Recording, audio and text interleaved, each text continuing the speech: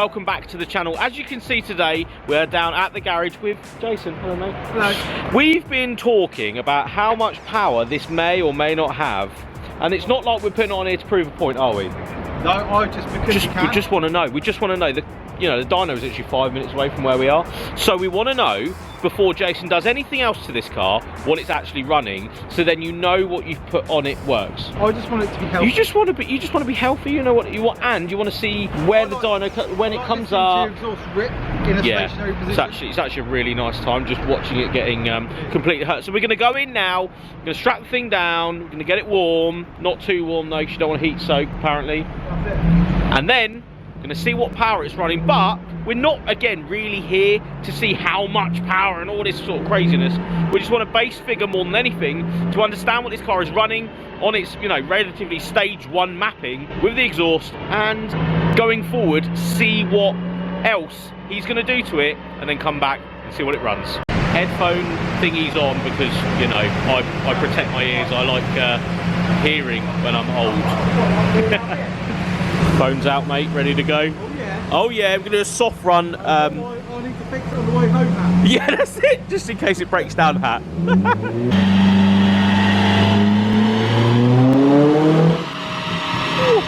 Mate, squats down.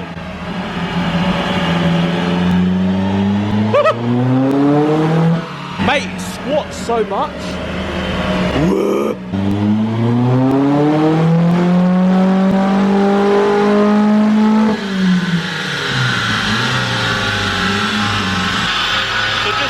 Time, if you guys can hear me, soft run is what we do first, or the garage do first. So a soft run to make sure the car is running right, to make sure everything is correct, and then we'll go for a power run.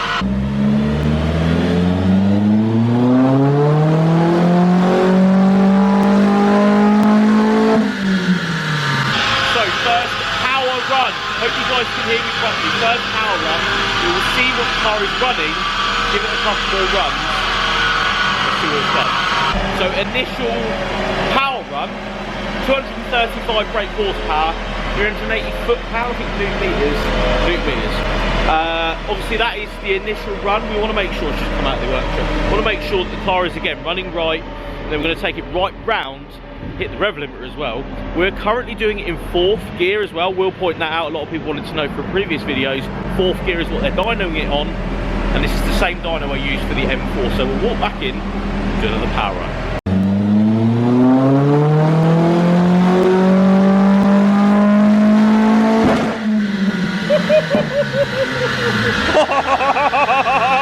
That sounded nuts!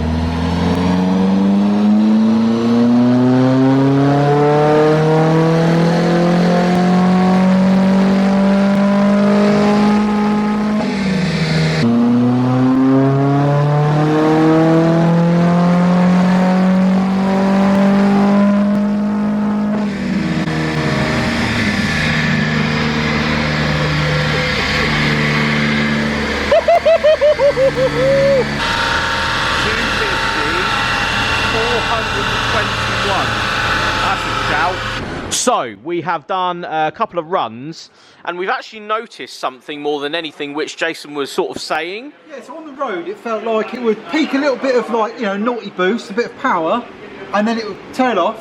Because you can feel it, you really feel it, well, not really feel it. No, but if you held in strong, you wouldn't care because it would still be going. It's still going. On the rollers, you can see this little sort of dip effect, so it's losing continuity in its boost pressure, then it picks back up again. Yeah.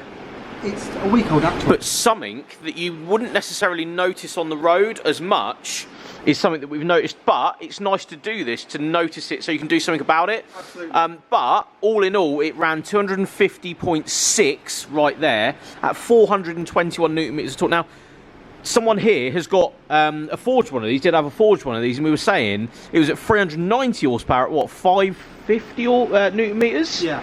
So the torque is really high considering you're at 250. Yeah. But this is more. This is great, that torque. Yeah, definitely. But more this isn't more than you want it to be because of this bit. No. And this is something you can change pretty easily. There. Because when the car's starting to come on boost properly, between 2,500 and 3,000. Yeah.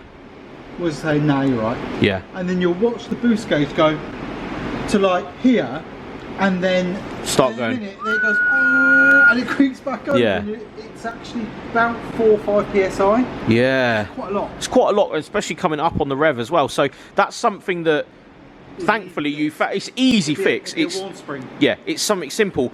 The main thing is, though, this has not been tampered with whatsoever, in a sense that you haven't done loads of mapping and all this sort of stuff. This is literally as it came, as it come. So a new turbocharger slung in, and we've serviced it. Yeah, that's it. So that's the main reason why we're here today, is to see what it's going on, what's rolling, what's going on, you know, power-wise, and if there is any dips. And as you can see, there is the dip that you thought that was there, which is quite nice. So even if you're not coming to do a mad rolling road 1,000 horsepower thing, you want to make sure your engine is performing in the way it is, and now you know that that's exactly what... I think it's nice to know now that we've got a £5 spring left to do. Yeah, so there is a lot more in the tank for this, which is fantastic news. And to be honest, we wouldn't have noticed that as much on the road. Again, you've noticed it a little bit, yeah. But yeah, it's always nice to bring it in and just, you know, see what's going on more than anything. And that's something you can He's got one more jump on. left in the tank. It's going to let it cool down. Yeah. Because we're a bit worried about heat soak. Yeah. Put the figures on the coolant side temps. He's going to let it chill out. We're going to jump back on. We're going to do a 5th gear pull. Yeah. To the limiter and see what happens. Yeah, sounds good. Right, time for a quick coffee. We'll warm the car back up, or I don't know, not warm it back No, up. what we're doing is we're letting the heat soak dissipate. Yep. We're going to go to the last run. We're going to do a 5th gear load and see if we can get a couple of horsepower out of it, or if we know we're at where we're at. Yeah. So, what Jason just said. We're going to do another run, basically, is what's happening. We're having coffee. Lovely.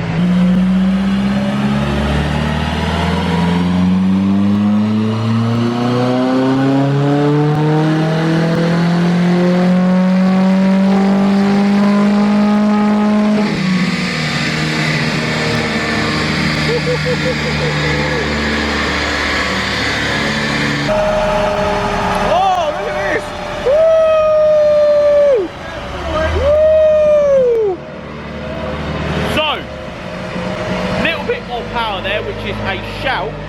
Wanted to make sure the consistency was there with dyno runs more than anything, than actually putting your foot down in this thing. Ran a little bit more power then, which is really nice. Jason's happy. He's dancing in the background. What a lad. Yeah, that's actually a really good shout, considering again this car is not running as it really should be. It's got a little bit of a dip in what's happening through the boost, but I'd say that's a good shout. Right, so Jason, yeah, my ears are we need out, them mate, I independents. tell you. Yeah, they're all right, aren't they? So I've got a print out, go. So we have got some good news. Made 255 brake horsepower, 432 newton meters, very healthy. But if we can see here, we have a dip. It's not a very big dip, but just imagine where this may have gone. Yeah. If it kept creeping. If it kept creeping at Yeah. those RPMs. So new spring in the actuator. Yeah. Come back in January and we'll do it all again. So that is the main thing, the reason why you did this. Yeah. To be able to come back and run more power, knowing what you need to do to run more power. I'm not going to modify it either. No. I'm going to just repair it to the standards the car was set before I bought it. Yeah. So, and then hopefully what, 260, 70, 80? That would be the goal. Yeah. 70 would be the goal. But as we are today, considering that that is quite a big dip, any dyno lads out there will know full well that's enough of a dip to notice. Exactly. Still running really strong power. Also, if you watch the torque dip, that affects obviously your horsepower as well. So it is a very smooth graph, but there is a dip. Yeah, there is enough of a dip. I'd rather it's spike, not dip. Yeah. You know, so we will be back. We will obviously go through actually. Yeah, you can bring the RS Turbo. I'm peer pressuring him to bring the RS Turbo down. That's the next one, because obviously that isn't the same as mine. It'll be interesting to see what that's running in comparison. But yeah, we're going to obviously vlog as much as we can of the Mark 1 Focus RS actually putting a new spring in it, you know, various other little bits that's going to be done just to bring it up to maybe the magical 280, 290 brake horsepower that Jason sort of wants. Again, this isn't a video to point out that it's running different power or whatever. It's just understanding what the car is up to while it's on the dyno, and then assessing what you want to do to get more out of it, or, you know, make it maybe a little bit healthier down the road. But as ever, guys, make sure you like this video, subscribe to the channel if you haven't. Massive thank you to the guys at the garage for letting me nose my camera into their busy day down here. Again, thank you to Jason for letting me come and see what the car is running. But thank you so much for watching, guys. We'll see you on the next one.